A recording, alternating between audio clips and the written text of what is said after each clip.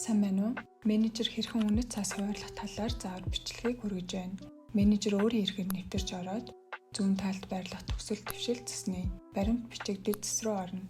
Боловсролын газраас үнэт цаас хуваарлуулсан бол дэлгэсний баруун дэд буланд байрлах үнэт цаас татах товч дээр дарна.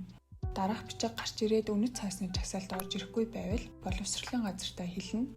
Үнэт цаас хуваарлахтаа хаах хэсгийн баримт хэсгээс гэрчлэгийг сонгоод сургалтын хөтөлбөрөө сонгоод хуваарлаагүй үнэт цааснуудаа харъя гэвэл хуваарлаагүй гэх сонголт дээр дараад харж олно.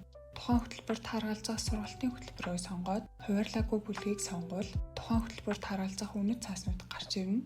Гарч ирсэн баримт бичгээс дугааруудаа сонгоод бүлэгт хуваарлах товч дээр дарж хуваарлана.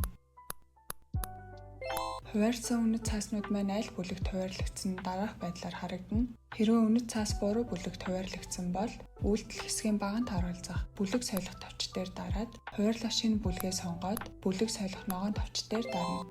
Мэдээлэл шинжлэхдээ сольсон бүлгээр хадгалагдаад гарч ирнэ. Хуваарлагдсан бүлгийн үнэт цаасаа харах бол хаах хэсгийн бүлэг хэсгээс ангиа сонгоод харж олно. Хуваарлаагүй үнэт цаасаа нийт хэд байгааг харах бол доош гүйлгээд харж болно. Нэгтгэл хэсгийн цонхноос олгосон олгоогүй гэх мэт тайланг нэгдсэн байдлаар харах боломжтой. Танд амжилт хүсье. E-class цаг юм.